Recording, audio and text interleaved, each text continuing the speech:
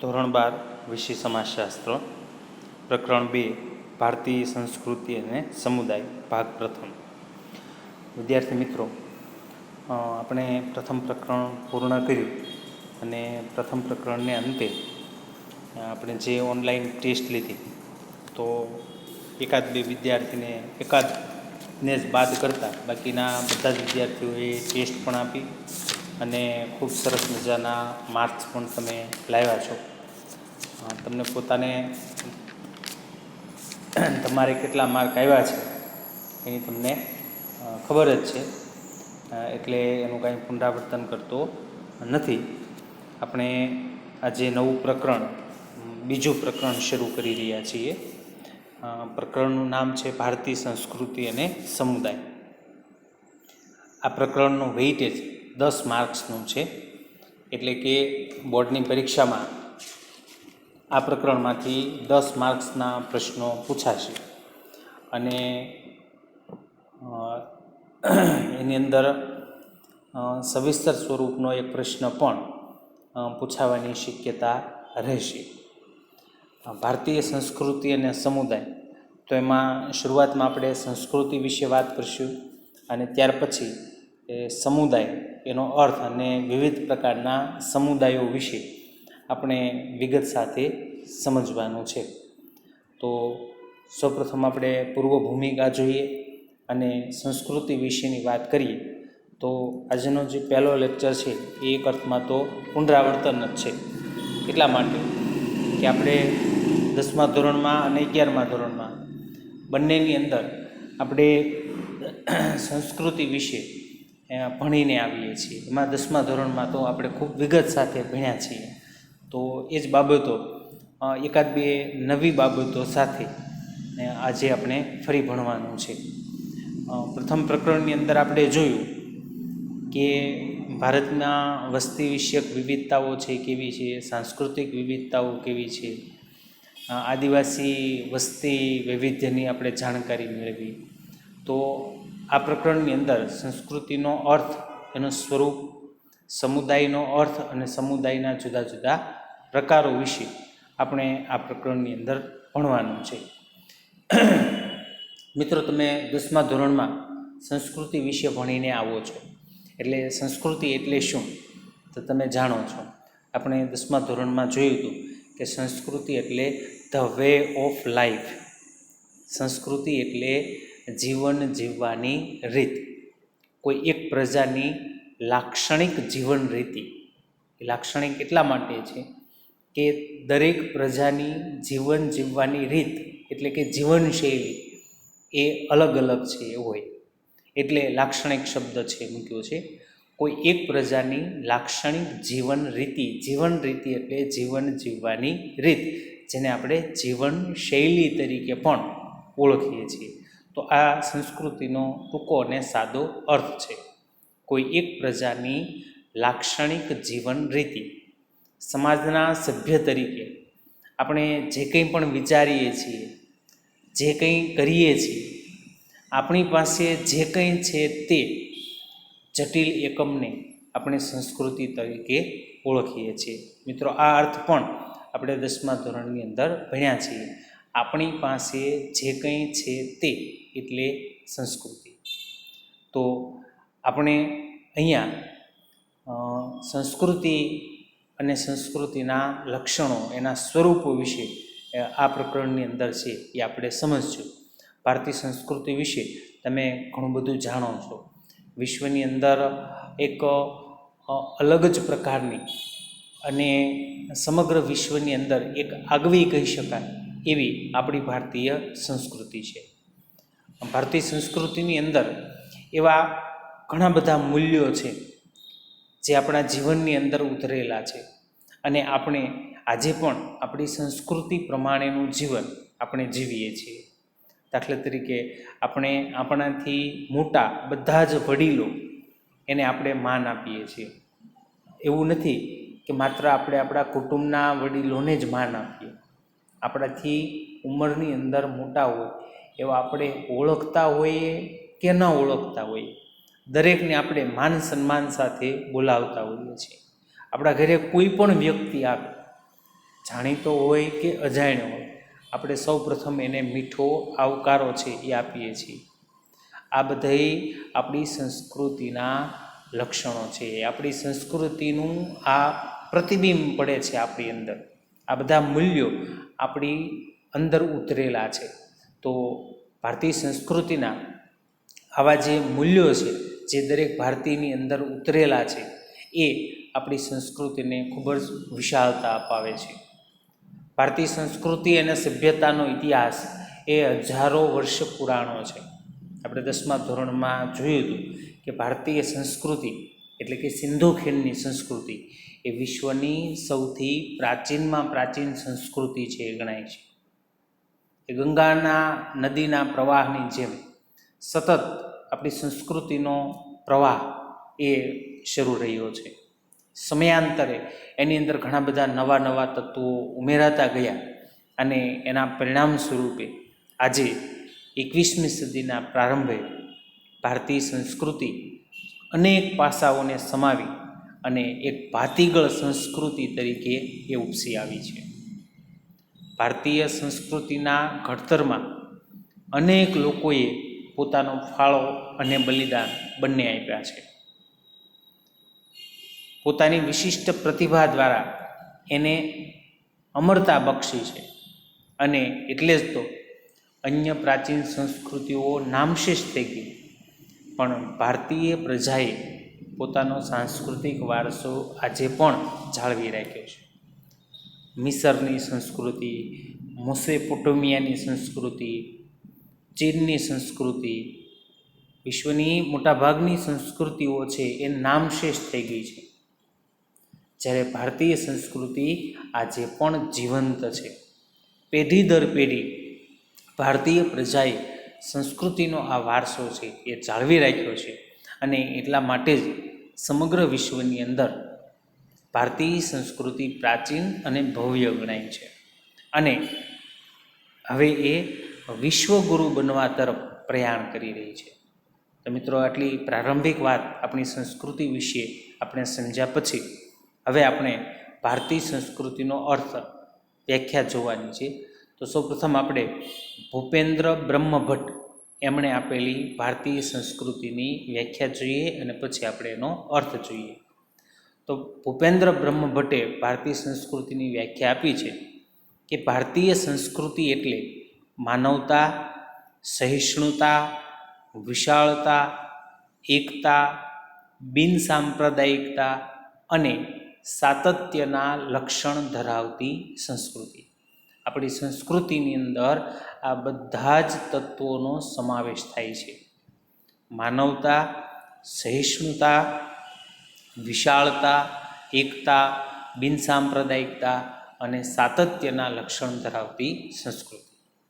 ભારતીય સંસ્કૃતિ લાગણીઓની અને બુદ્ધિની પૂજા કરનારી સંસ્કૃતિ છે.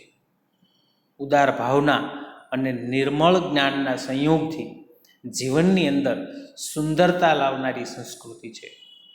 જ્ઞાન અને વિજ્ઞાનનું સંયોજન કરી સંસારની અંદર સંવાદિતા પ્રસરાવવા પ્રયત્ન કરનારી સંસ્કૃતિ છે. ભારતીય સંસ્કૃતિ એટલે નિરંતર જ્ઞાનની શોધ કરવા સતત આગળ વધતી, જગતમાં જે કંઈ સુંદર, શિવ અને સત્ય દેખાય એને લઈ અને વિકાસ પામનારી સંસ્કૃતિ છે.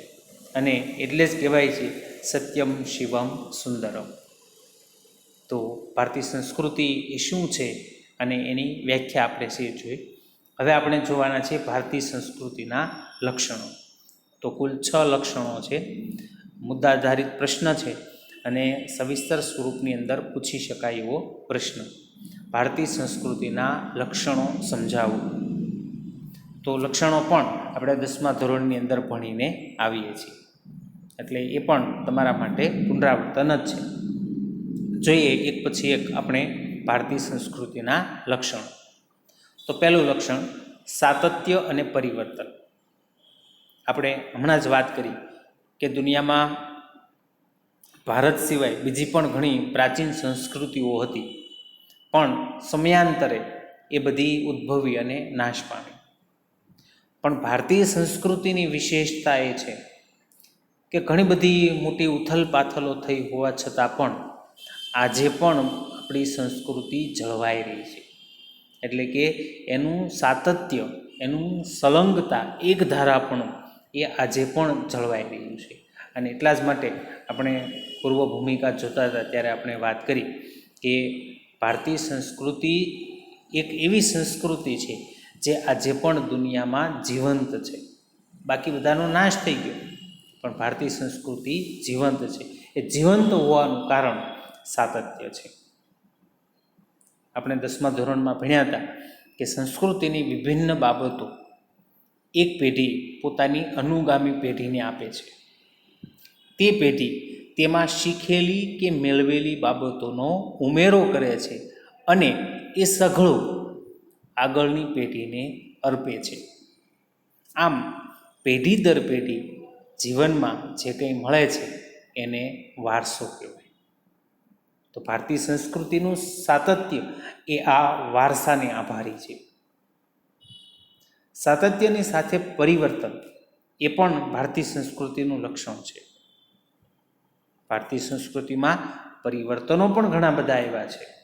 નવજાગરણ, જૈન અને બુદ્ધ ધર્મનો પ્રચાર, કેટલાક આંદોલનો, આ બધા ક્રાંતિકારી પરિવર્તનો હોવા છતાં પણ સંસ્કૃતિના મૂળ તત્વો એ આજે પણ જળવાઈ રહ્યા છે. અને ભારતીય સંસ્કૃતિએ સમાયોજન એટલે કે અનુકૂલન સાધ્યું છે. તો આમ પ્રથમ લક્ષણ છે સાતત્ય અને પરિવર્તન. બીજું લક્ષણ છે વિવિધતામાં એકતા. વિવિધતા અને એકતા. તો ભારતની અંદર ખૂબ સાંસ્કૃતિક વિવિધતાઓ જોવા મળે છે. પ્રથમ પ્રકરણની અંદર આપણે આ જોઈ ગયા છીએ. આપણી સંસ્કૃતિમાં અનેક જાતિ જ્ઞાતિના લોકો, જુદી જુદી ભાષા, ધર્મ, ઉત્સવો, કલા, સંગીત, નૃત્ય, આ બધું જ જોવા મળે છે. આ બધી વિવિધતા પાછળનું કારણ પ્રાદેશિકતા, ભૌગોલિકતા અને આબોહવા જવાબદાર છે. આ બધી વિવિધતા શા માટે છે? તો એની પાછળ 3 કારણો જવાબદાર છે: પ્રાદેશિકતા, ભૌગોલિકતા અને આબોહવા. આ બધા પરિબળોને કારણે આપણી સંસ્કૃતિની અંદર વિવિધતા જોવા મળે છે. પણ આટલી બધી વિવિધતા હોવા છતાં પણ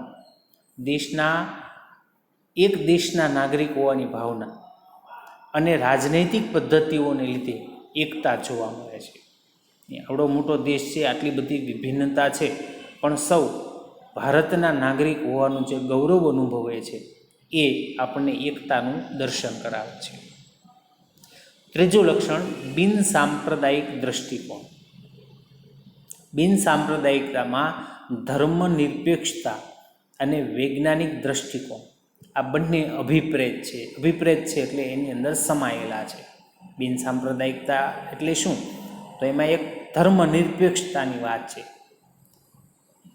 કોઈ ધર્મ વહાલો નહીં, કોઈ ધર્મ દવલો નહીં, બધા જ ધર્મ સમાન, એ ધર્મનિરપેક્ષતા છે.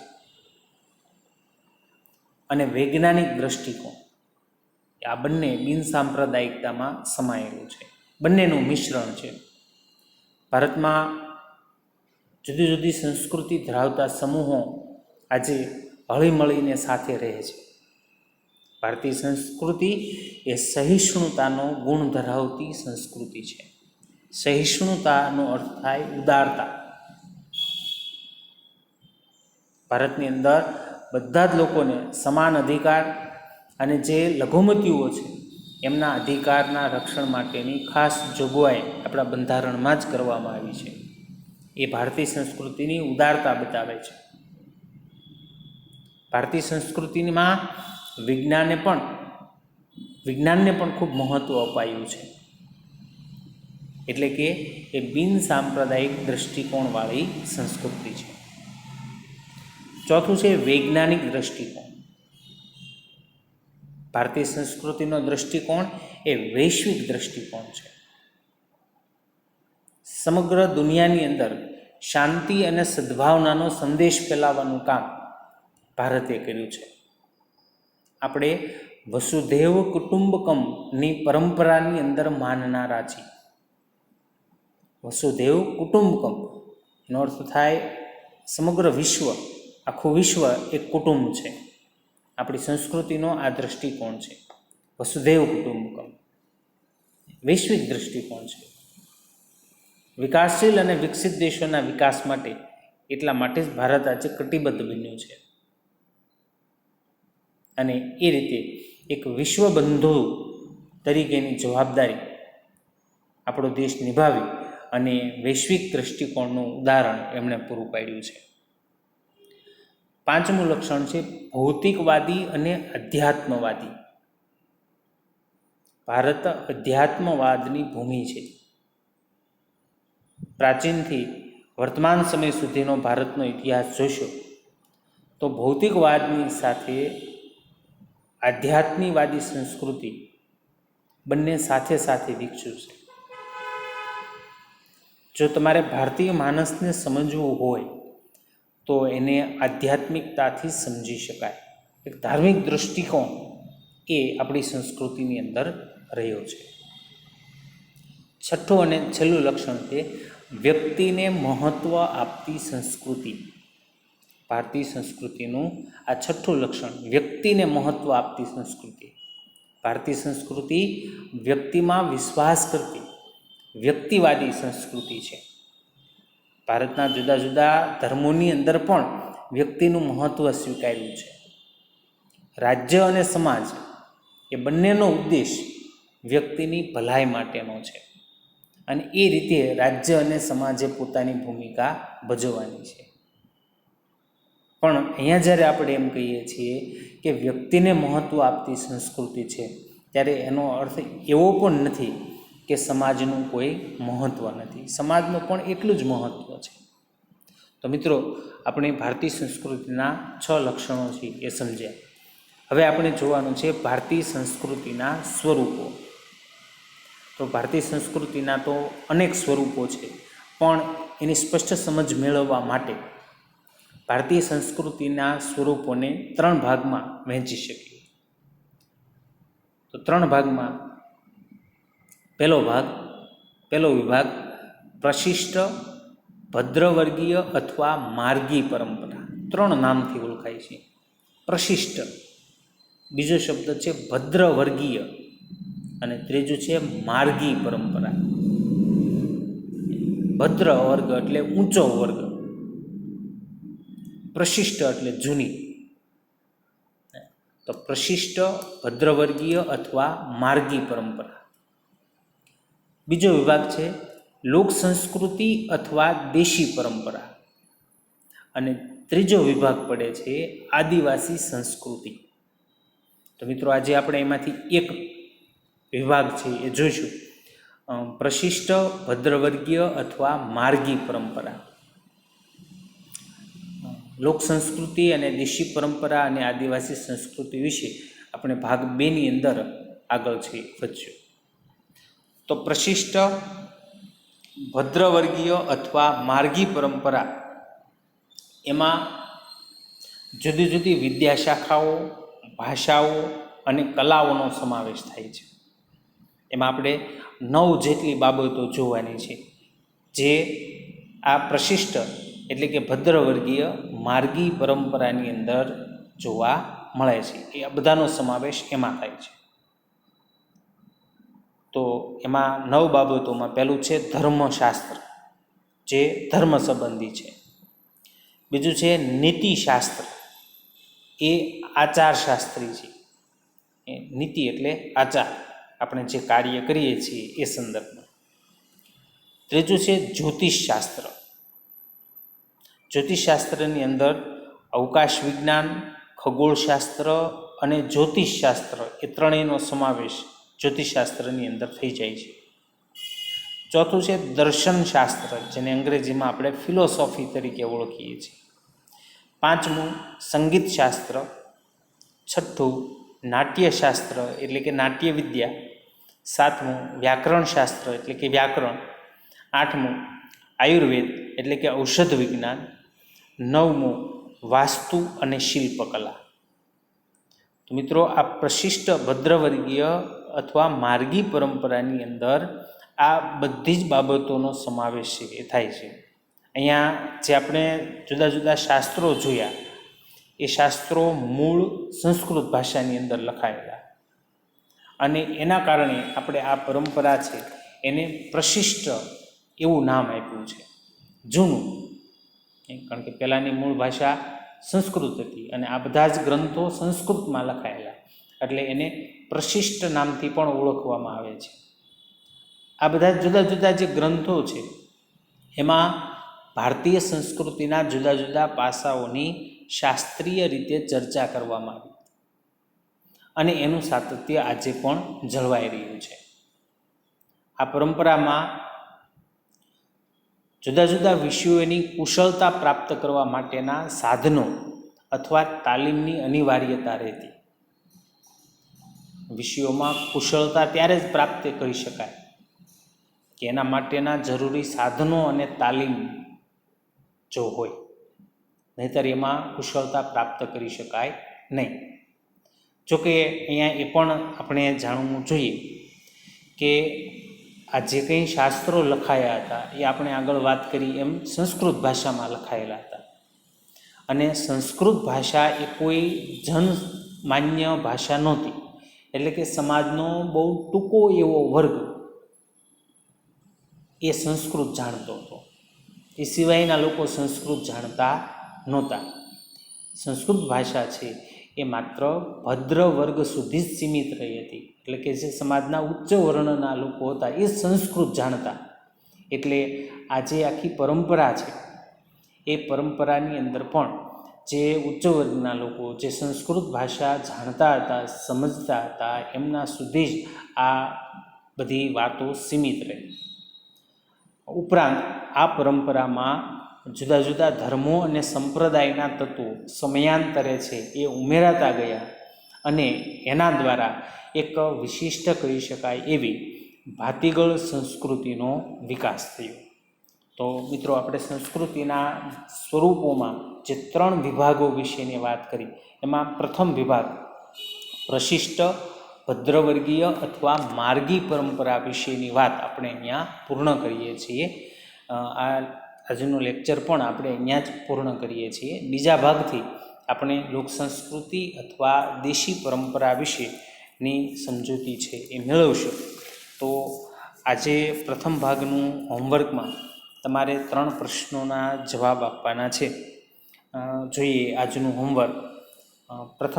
પહેલો પ્રશ્ન, ભૂપેન્દ્ર બ્રહ્મભટ્ટે આપેલી સંસ્કૃતિની વ્યાખ્યા આપો. પ્રશ્ન નંબર 2, ભારતીય સંસ્કૃતિના લક્ષણો જણાવો. મિત્રો, આપણે જોયા 6 મુદ્દા છે, 6 લક્ષણો. તો મુદ્દા બરાબર પાકા કરવાના છે. પાકા થઈ જાય પછી ઓડિયો બનાવી અને તમારે એ મૂકવાનો છે. અને ત્રીજો પ્રશ્ન, ભારતીય સંસ્કૃતિના 3 સ્વરૂપો જણાવો. 3 પ્રશ્નોના જવાબ તમારે હોમવર્કમાં આજે મોકલવાના રહેશે. તો આજનો લેક્ચર આપણે અહીંયા પૂર્ણ કરીએ છીએ.